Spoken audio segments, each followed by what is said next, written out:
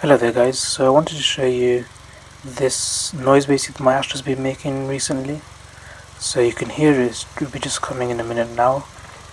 So with this noise.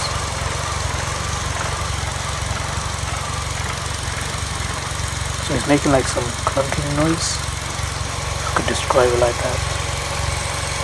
I'm not sure why it's suddenly making this noise.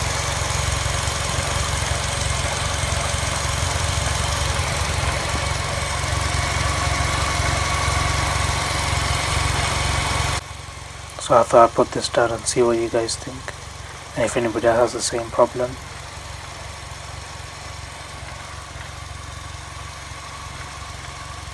Before this noise happened, my engine shut down whilst I was driving. So that was kind of weird when it first happened, so I wasn't too sure what was happening.